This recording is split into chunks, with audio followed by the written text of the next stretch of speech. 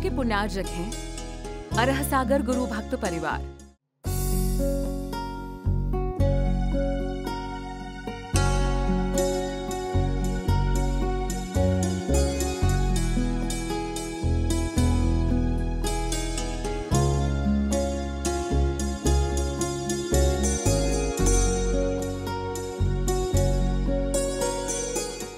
रामो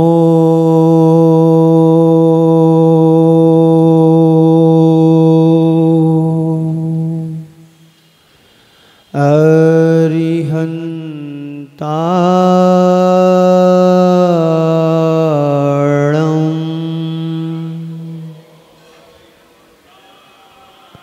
रामो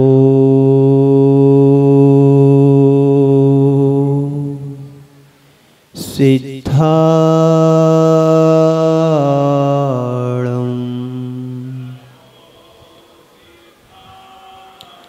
रामो आयरिया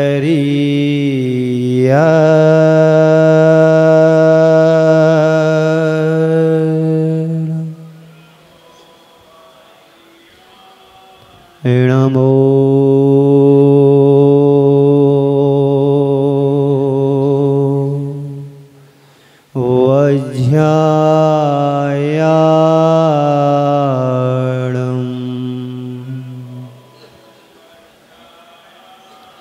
रामो लोए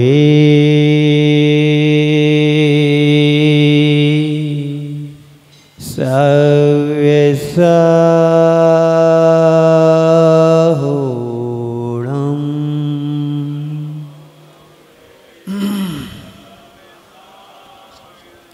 ऐसो पंचेणमो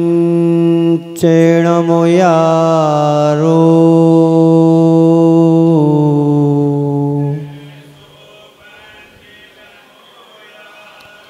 सब पावपणासिनो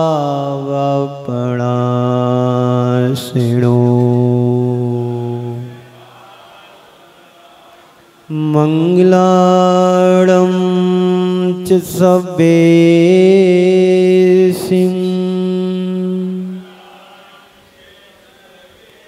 परमं होई मंगलम्। बोलिए पंच परमेष्टि भगवान की, भगवान महावीर स्वामी की, अहिंसा परमो धर्म की, उत्तम संयम धर्म की, परम पूज आचार्य गुरुवर श्री विद्यासागर जी महाराज की। बात संयम की है। संयम जीवन में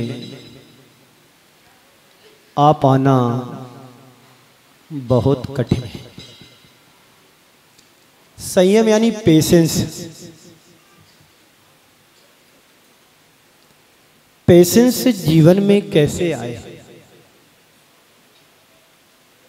किसी ने कुछ कहा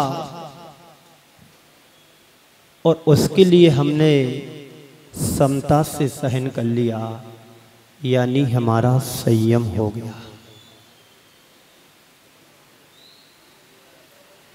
नदी सागर तक की यात्रा पर निकली है। वह नदी अपने तटबंधों से साथ होकर के अपनी यात्रा को पूरा करती है और जाकर के सागर में समा जाती है।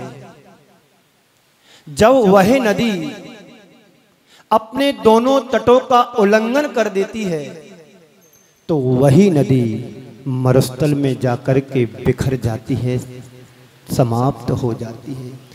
जब नदी दोनों तटों से तटबंधनों से बंधन में होकर के चलती है तो अपनी यात्रा को पूर्ण कर लेती है। और जब वह नदी अपने तटों का उल्लंघन करके मरुस्थल में भटक जाती है, समाप्त हो जाती है। नदी का समुद्र में मिलना, नदी का सागर में मिलना और अपने आप को समाप्त कर देना और नदी का मरुस्थल में जाकर के बिखर जाना, मिट जाना, भ्रष्ट हो जाना, उसके विराट रूप को समाप्त करना है और समुद्र में जाकर के क्षुद्र रूप को एक विराट रूप दे देना। संत कहते हैं मनुष्य का जीवन भी एक नदी की तरह है। जब यह मनुष्य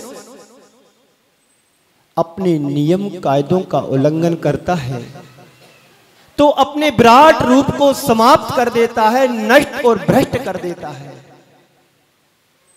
जब वही व्यक्ति अपने जीवन में संयम रूपी तटों का पालन करता है तो उसका जीवन एक विराट और विशाल रूप को धारण कर लेता है। आज हमें संयम की बात करना है। हर वर्ष से आप संयम की बात करते हैं, सुनते भी हैं, पूजन भी करते हैं। आज संयम का दिन है। संयम का मतलब क्या है? संयम का मतलब क्या है? अपने मन रूपी सांप को संयम रूपी पिटारे में रखना ही संयम है। क्या कहा? अपने मन रूपी सांप के लिए संयम रूपी पिटारे में रखना ही संयम है। जब कोई सांप विचरण करता है तो लोग डर जाते हैं, भयभीत हो जाते हैं उस सांप को देख करके। जब उसी सांप को कोई एक सपेरा पिटारे में रख करके लाता है तो लोग उसको देख करके आनंदित होते हैं, प्रफुल्लित होते हैं और कई लोग तो उस सांप को दूध पिलाते हैं और उसकी पूजा भी करते हैं। बोलो, करते कि नहीं करते? करते हैं ना। लेकिन जब वो सांप स्वतंत्र घूमता है, स्वच्छंद घूमता है तो वो अपने आप को विकराल रूप बना लेता है और लोग उससे डरते हैं, भयभीत होते हैं। लेकिन जब वही सांप एक सपेरे के अंडर में आ जाता है, संयम के पिटारी में बैठ जाता है तो वही सांप हमारे लिए एक दिग्दर्शन बन जाता है। संत कहते हैं तुम्हारा मन भी एक सांप की तरह है। जब तुम्हारा मन स्वतंत्र घूमता है, स्वच्छंद घूमता है तो हम सांप की तरह बन जाते हैं और काल बन करके अपने जीवन को समाप्त कर देते हैं। जब वही सांप संयम के पिटारे में आता है, मन रूपी संयम के पिटारे में आता है तो वही मन हमारे लिए एक सांप ना हो करके दूसरों को दिशा बोध बन जाता है। ये संयम है। महर्षि वेद व्यास जी अध्ययन कर रहे थे। अध्ययन करते करते उन्हें एक सूत्र मिला। वेद व्यास जी अध्ययन कर रहे थे। अध्ययन करते करते उन्हें एक सूत्र मिला, बलवान इंद्रियग्रामो विद्वान अपि कर्षति। बलवान इंद्रियग्रामो विद्वान सम अपि कर्षति। इंद्रियों का समूह अत्यंत बलवान है जो विद्वानों को कष्ट देता हो। क्या कहा है? इंद्रियों का समूह बड़ा बलवान है जो विद्वानों के लिए कष्ट देता है। वेद व्यास जी को ये बात हजम नहीं हुई। क्यों हजम नहीं हुई?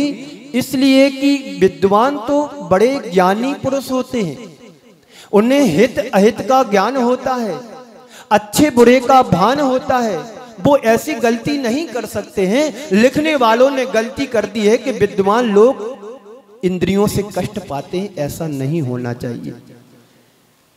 उन्होंने फिर सूत्र को सुधार किया, संशोधित किया और लिख दिया, बलवान इंद्रियग्रामो अब विद्वान सम अपी कर सती। अगले दिन व्यास जी ने अपने सूत्र को बदल करके रख दिया कि इंद्रियों का समूह बड़ा बलवान होता है, यह अज्ञानियों को कष्टदायी होता है। क्या होता है? यहां पर जितने लोग नियम लेने वाले होंगे उनको इंद्रिय विषय कष्टदायी नहीं होते हैं, लेकिन जिनके जीवन में कोई संयम नहीं, नियम नहीं, तप नहीं, व्रत नहीं, वो अपने व्रतों नियमों को लेने में बड़ा कष्ट समझते हैं, इसलिए उनका जीवन त्रस्त होता है।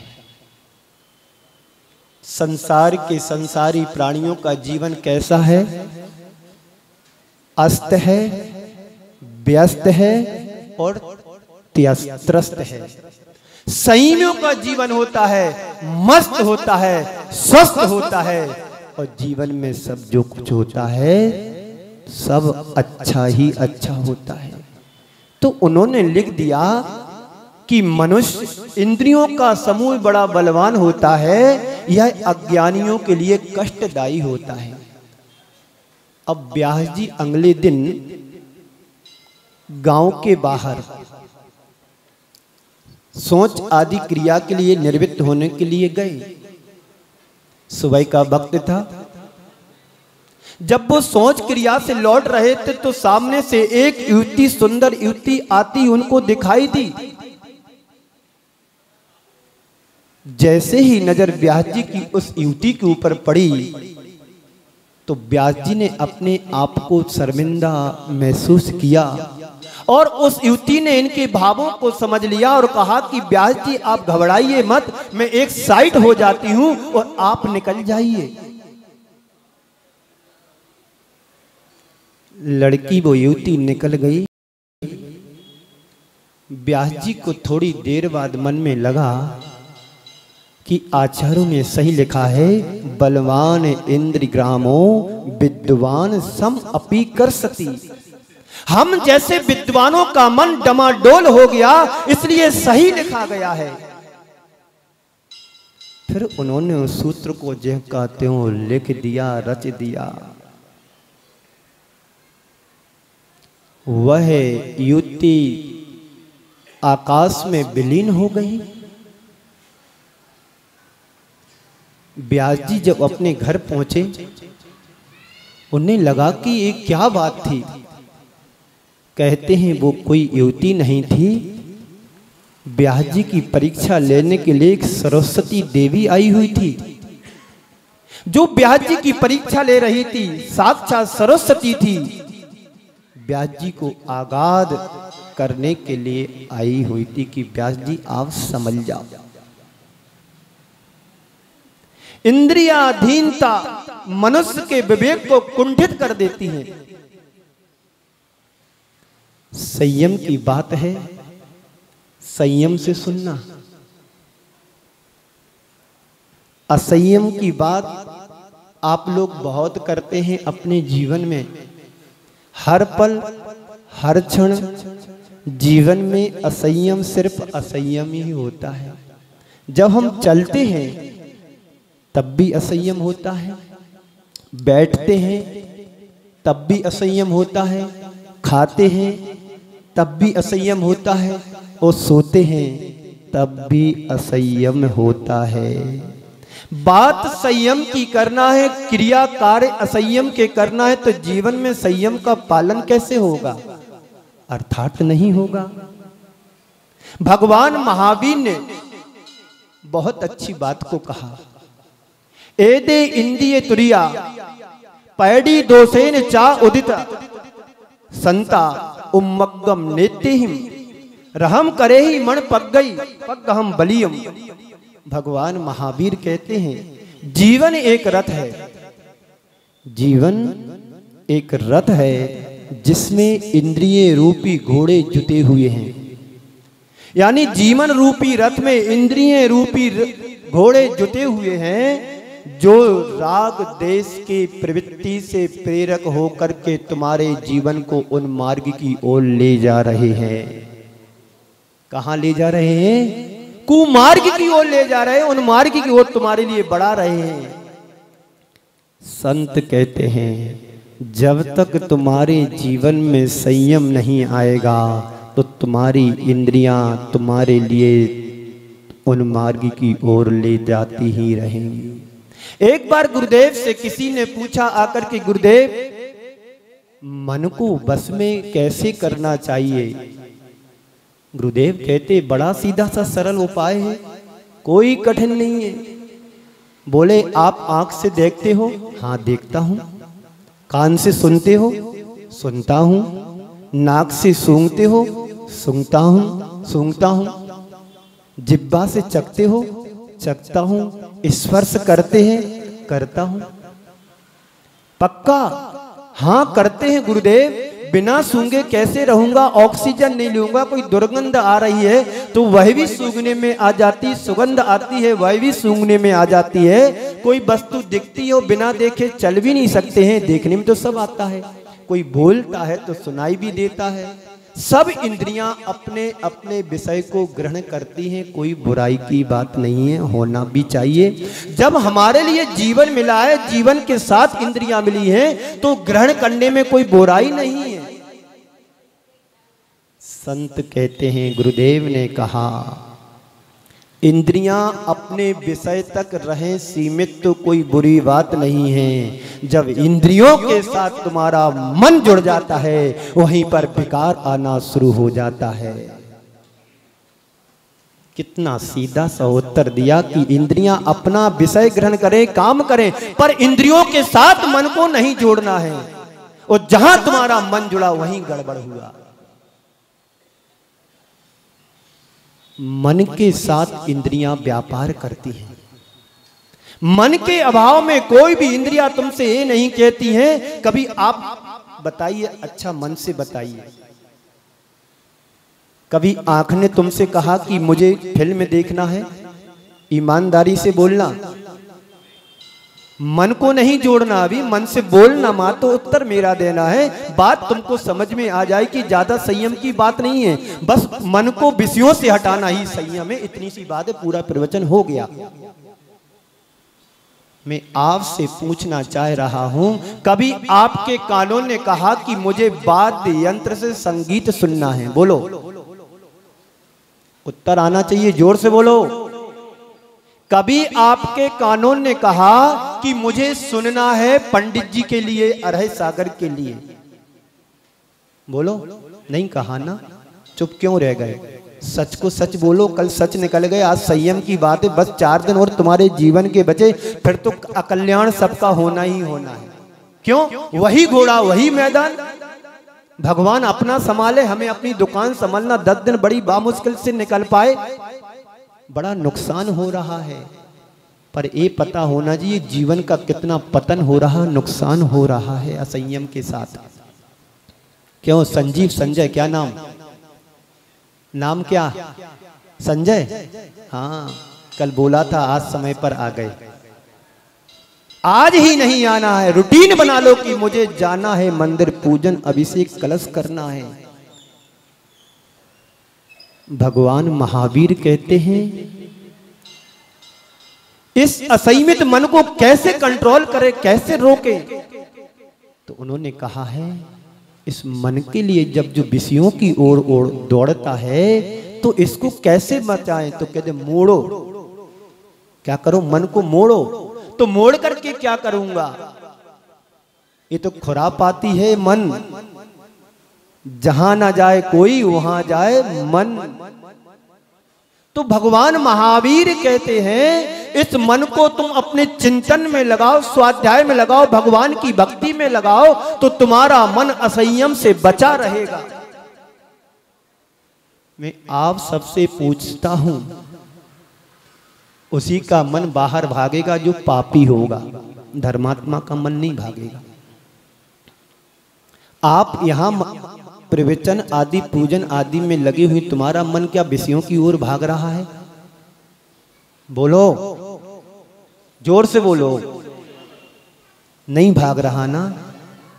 तो संत कहते हैं इसी मन को जब तुम्हारा विषयों की ओर भागे तो समझ लो उस मन को फिर हम अपने स्वाध्याय के चिंतन में, त्याग तपस्या के मार्ग में, भगवान की भक्ति में जोड़ दो, तुम्हारा मन विषयों से बच जाएगा, मन तुम्हारा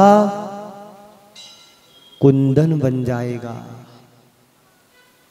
आज बात संयम की है। संयम के बारे में 4 शब्द हैं। पहला है मन की मानना, मन को मनाना। मन की मानना, सब लोग मन की मानते हैं, मानते कि नहीं मानते? मन ने कहा कि चाट पकौड़ी खाना है 14 के बाद, अभी से प्लानिंग हो गई, फलानी दुकान पर जाना है। मन की मान रहे आप? बोलो, मन की मानते हो? मन को मनाना। अब कह देना कि 10 दिन मैंने संयम का पाठ सीखा है, अब मुझे मन की नहीं मानना, मन को मनाना है। क्या करना है? मन कह रहा है कि 10 दिन से मैंने टीवी को नहीं देखा है, अब जाकर के फिल्म हॉल में फिल्म और पिक्चर को देखना है। नहीं, अब मुझे मन की नहीं मानना है, मन को मनाना है। क्या करना है? मन को मनाना, कि मन की मानना है। अभी तक तो अनुभव यही रहा है कि हम मन की मानते आए। मन ने जैसा कहा, आज ये ड्रेस नहीं पहनना है, वो पहनना जो 10 साल पहले खरीदी थी, मेरे पति ने गिफ्ट में दी थी बर्थडे पर। अलमारी खोली, बहुत सारे कपड़े दिखाई दिए, ये नहीं, ये नहीं, ये नहीं, ये नहीं, अब कौन सी? मन कह रहा वो वाली पिंक कलर की निकालो। नहीं, मैंने 10 दिन संयम का पाठ सीखा, अब मुझे नहीं करना है, मन की नहीं सुनना है, मन की नहीं मानना है, अब मन को मुझे मनाना है। मन को मारना, मन की मानना, मन को मनाना, मन को मोड़ना और मन को मारना। प्रायः व्यक्ति 2 चीजों में उलझ जाता है, तो मन की मानेगा, मन की मानेगा, या फिर हमारा काम नहीं बने तो मन को मार करके बैठ जाएगा, मुझे अब कुछ नहीं करना, गुस्से में आकर के बैठ जाता है, मेरी बात ही पूरी नहीं होती है, मैं कब से परेशान हो रहा हूँ, पति से कहते कहते मैं परेशान हो गई हूँ, इस तरह की ज्वेलरी चाहिए, इस तरह का ये चाहिए, इस तरह का वो चाहिए, आज तक उसने हमारी एक भी रिक्वायरमेंट पूरी नहीं, तो मन को मार करके क्रोध में आकर के मायके चली जाती है। पति कहता है कहाँ जा रही हो? पत्नी कहती है मायके जा रही हूँ। सुनो, एक काम करो, मैं भी साथ चल रहा हूँ, यहाँ का खर्चा और बचेगा। मन की नहीं मानना है, मन को मनाना है। अब तू जो अभी तक कहता आ रहा था, अब तुम्हारी एक भी नहीं चलेगी, मन को मनाना है। क्या करना है फिर मन को मना के? अभी तक तो मैं 8 और 9 बजे उठता था, अब पर्यूषण के जस्ट बाद से मुझे 5 बजे, 6 बजे, 7 बजे सूर्य का उदय होना चाहिए मेरे जीवन का। अब मन की नहीं मानना, मन को मना करके धर्म के मार्ग पर लगना है, संयम के मार्ग पर चलना है। अभी तक हमारा जीवन असंयम के साथ निकल गया है, शेष बचा हुआ जीवन संयम के साथ जीना है, यानी मन को मनाना। जब तुम्हारा मन इंद्रियों की ओर, विषयों की ओर भागता है, तो मन को मोड़ दो, डाइवर्स कर दो। नहीं, अब मुझे मन की नहीं मानना, मन को मना करके मन को मोड़ना है। मोड़ना समझते? फोल्ड कर दिया। अभी आप मेरे तरफ देख रहे हैं, और यदि पीछे कोई नाटक करने वाला आ जाए, नट और नटनी, तो आप हमको छोड़ करके पक्का उस नट और नटनी का नाटक देखने के लिए तैयार रहोगे, और मुंह उधर धीरे धीरे हो जाएगा। यही तुम्हारे असंयम के संस्कार अनादि के हैं, इससे बचो। बचने का उपाय क्या है?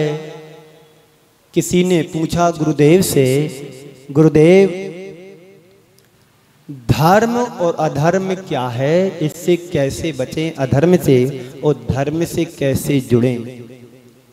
गुरुदेव ने कहा, धर्म अधर्म की बहुत छोटी सी परिभाषा मैं आपको बताता हूं, ताकि तुम्हारे जीवन में याद बनी रहे।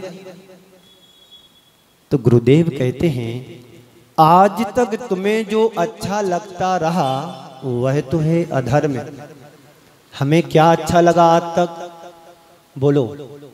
खाना अच्छा लगा, पहनना अच्छा लगा, पीना अच्छा लगा, सोना अच्छा लगा, पंचेंद्री के विषय अच्छे लगे, अच्छे अच्छे कपड़े पहनने के लिए मन होता रहा है। यहाँ वहाँ जाकर के घर में सप्ताह में तो 2 दिन चूल्हा जलता है, पर 5 दिन होटलों में चूल्हा जलता है। ये अच्छा लगा आज तक। यहाँ की बात नहीं कि यहाँ के तो धर्मात्मा लोग हैं, यहाँ की तो मैं चर्चा ही नहीं करता हूँ, करूँगा भी नहीं दिवाली तक। ये सब दूसरे गांव की चर्चा सुनाता हूँ, अनुभव की बात। तो गुरुदेव कहते हैं आज तक तुम्हें जो अच्छा लगता रहा वह तो है अधर्म, और जो आज तक तुम्हें अच्छा लगता रहा वह तो है अधर्म, और जो अभी तक तुम्हें रुचिकर नहीं लगा वह है धर्म। अब क्या करना है? मैं आपसे दूसरा प्रश्न करता हूं, आप पापी हो कि धर्मात्मा? बोलो, जोर से बोलो। आपके प्रश्न और आपके ही उत्तर समझ लो, प्रवचन इसी का नाम होता है। जब आप मंच से जुड़ोगे, मेरे से जुड़ोगे, तो आपको लगेगा कि मैं सुन रहा हूं, नहीं तो सो तो रहे ही हैं पूरे पूरे। शरीर से बैठे, मन पता नहीं कहां, बेग कौन सा वो है स्टेशन, बेलगाम, वेलकम। बोलिए, आप पापी हो कि धर्मात्मा? बोलो, जोर से बोलो, अच्छे से प्यार से बोलो। पापी हैं तो पाप करना छोड़ दो, और धर्मात्मा हो तो पाप करना छोड़ दो। और धर्मात्मा नहीं हो, पापी हो, तो धर्म करना शुरू कर दो। इतना ही तो धर्म का सार है। मन में पाप पल रहा हो और हाथों में भगवान का कलश हो, और बाहर जाकर के क्लब में एक बाटल हाथ में हो ड्रिंक की। कहां है तुम्हारा संयम? बाहर से तुम कितनी भी क्रियाएं स्वच्छ कर लेना, और जब तक मन में संकल्प नहीं होगा संयम के प्रति, त्याग के प्रति, तो तुम्हारा संयम संयम नहीं माना जाएगा, बाहर का ढोंग होगा। एक बार किसी महाराज ने कहा, या तो धर्म अच्छे से करो या फिर पाप अच्छे से करो। धर्म अच्छे से करोगे तो सर्वार सिद्धि जाओगे, 33 सागर की आयु को भोगोगे। और धर्म भी ढंग से नहीं कर पा रहे, और पाप भी छिप करके कर रहे, खुल के नहीं कर पा रहे। बोले पाप भी करो तो इतना करो कि साथ में नरक 33 सागर की आयु भोगो मजे से। क्या करना है महाराज श्री? 2 ही ढंग से नहीं करना है, और बेढंग की जिंदगी जियोगे तो जीवन में कभी लाभ नहीं होगा। सुन रहे हो जी? आज क्या है? संयम रखना, पेशेंस रखना, है ना? व्यवहार में संयम रखना, वाणी में संयम रखना, और वचनों में संयम रखना। संयम हमारे जीवन का आभूषण है। संयम के बिना हमारा जीवन नरक की तरह है। संयम बिना एक घड़ी भी हमारा जीवन नहीं व्यतीत होना चाहिए। किस पल तुम्हारी आयु का बंद हो जाए और किस पल तुम्हारा जीवन की अंतिम श्वास बन जाए, इसलिए संयम जरूरी है। क्या जरूरी है? असंयम के साथ तो हमारा पूरा जीवन व्यतीत हो ही रहा है। एक बार गौतम स्वामी ने भगवान से पूछा कि भगवान, मैं पाप से कैसे बचूं? आप लोग भी प्रश्न करते होंगे, भगवान के पास जाकर के रात भर की गलतियों का पूरा खुलासा भगवान के चरणों में करके आते हो कि भगवान मेरे से बहुत बड़ा अनर्थ हुआ, बहुत बड़ा पाप हुआ, मुझे क्षमा करो, मैं क्षमा प्रार्थी हूँ। अज्ञानता से मेरे पाप हो रहे हैं, अज्ञानता के द्वारा मेरे व्यापार में गलतियां हो रही हैं, जीवन से संबंधित गलतियां हो रही हैं, पाप का बंध हो रहा है, कैसे बचूं भगवान। तो गौतम स्वामी आप लोगों की तरफ से प्रश्न करते हैं कि भगवान मैं पाप से कैसे बचूं, क्या करूं। तो भगवान महावीर कहते हैं एक गाथा के माध्यम से, कदम चरे कदम चिट्ठे कदमा से कदम चरे, कदम चरे कदम चिट्ठे कदमा से कदम चरे, कदम भुंजे जे भासे जे एवं ना पावदी बज्जते। हे भगवान मैं कैसे चलूं, कैसे खाऊं, कैसे पीऊं, कैसे उठे, कैसे बैठे, कैसे क्या करें जिससे पाप का बंध ना हो।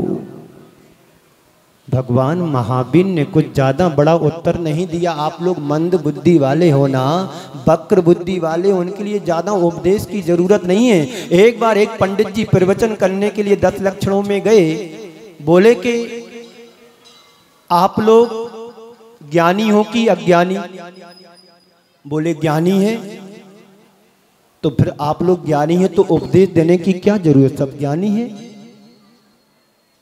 कोई उपदेश नहीं दिया, जाओ तुम्हारा पाठ पूरा हो गया। दूसरे दिन प्रवचन में पंडित जी आए, बोले ज्ञानी हो कि अज्ञानी। बोले सबने बोला अज्ञानी है। फिर ठगाए गए सबके सब। बोले जब अज्ञानी तो तुम्हें क्या सुनाया जाए, जो सुनाएंगे तुम्हें पल्ले ही में नहीं पड़ेगा। तीसरे दिन पर्युषण पर्व का आया,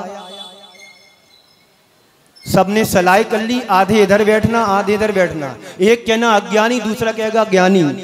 महिलाओं ने कहा कि मैं ज्ञानी हूं और पुरुषों ने अज्ञानी का मैं अज्ञानी हूं। तो जब पंडित जी ने तीसरे दिन पूछा कि भाई ये बताओ, पहले दिन तो सब अज्ञानी थे, ज्ञानी थे तो सुनाने की जरूरत नहीं पड़ी, सब ज्ञानवान हैं, यहाँ के लोग नहीं दूसरे गांव के। दूसरे दिन पाठ पढ़ाया गया कि तुम ज्ञानी हो कि अज्ञानी। सबने बोला अज्ञानी।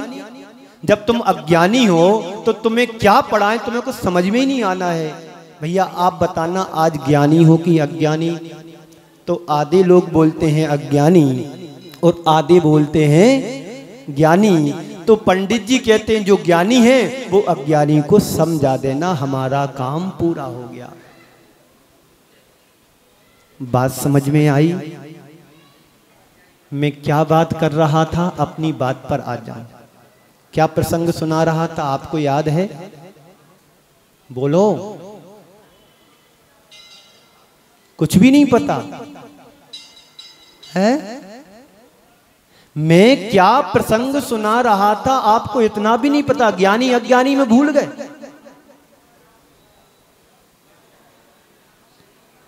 है?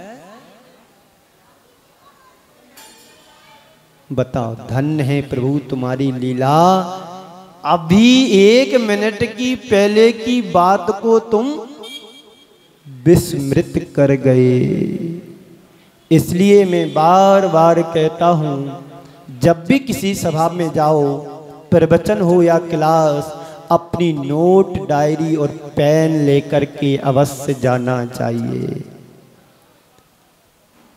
हमारे गुरुदेव बार बार कहते हैं, यदि हमारी स्मृति शक्ति यदि स्ट्रांग हो तो भले पेन काफी मत लाओ, और स्मृति कमजोर हो तो जरूर लेकर के आना चाहिए।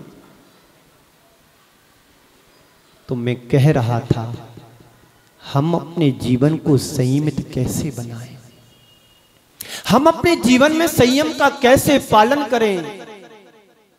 तो मन की नहीं मानना, मन को मनाना है, मन को मोड़ना है और मन को मारना नहीं।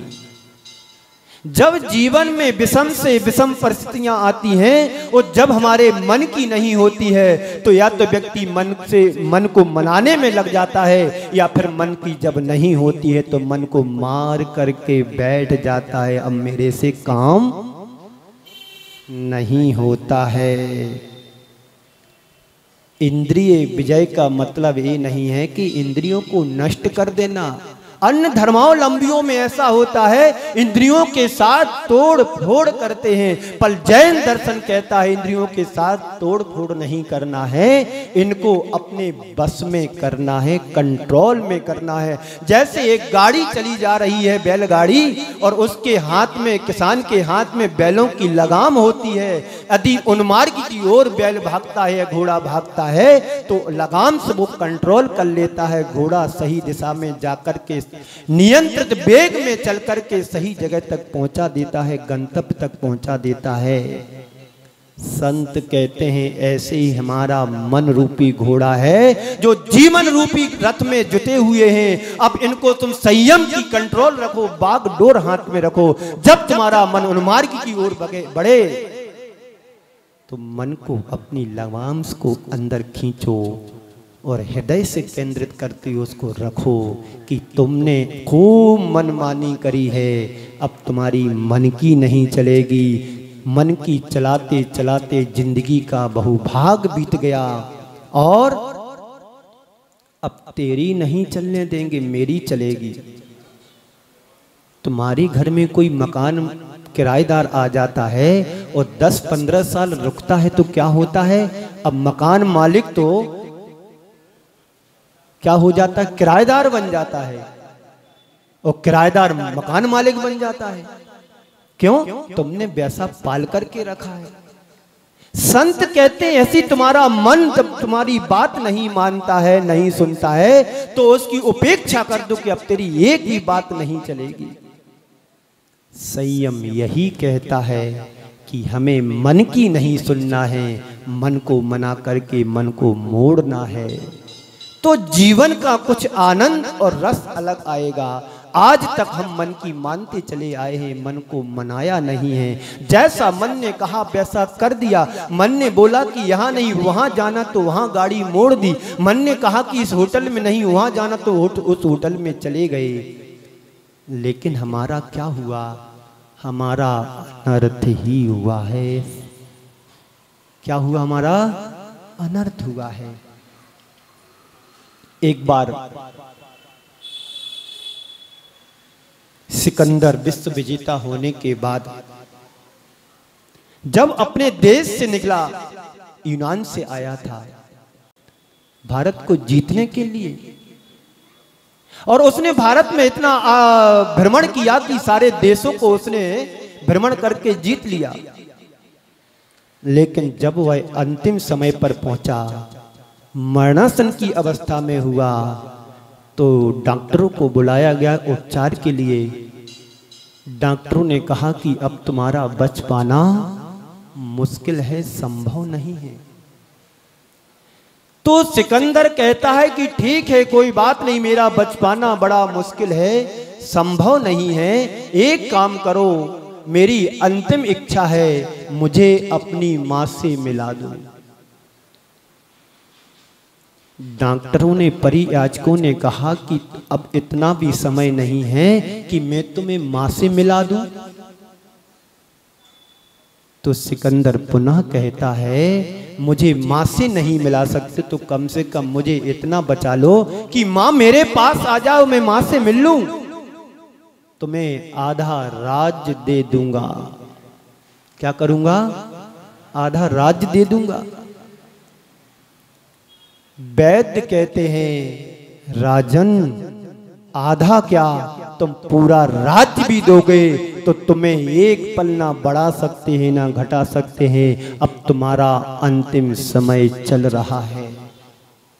सिकंदर को एहसास हुआ, जिस संपत्ति के व्यामोह में, जिस धन दौलत के मोह में मैंने पूरे जिंदगी भर दूसरों को सताया है, दूसरों का माल हड़पा है, पूरी जिंदगी विश्व को जीतने में निकाल दी, वह संपत्ति, वह वैभव मेरे काम नहीं आ रहा है, धिक्कार है मेरे जीवन के लिए। उसने अंत समय में यही कहा, जब भी मेरा जनाजा निकाला जाए, दोनों हाथ खाली बाहर निकाल देना। परियाचकों ने कहा कि राजन, ये तो कानून के विरुद्ध काम है, मैं कैसे निकाल सकता हूं? सिकंदर कहता है, कानून के विरुद्ध हो या सही, पर मैं जो कह रहा हूं वही होना चाहिए। इस कार्यक्रम के पुण्यार्जक हैं अरह सागर गुरु भक्त परिवार।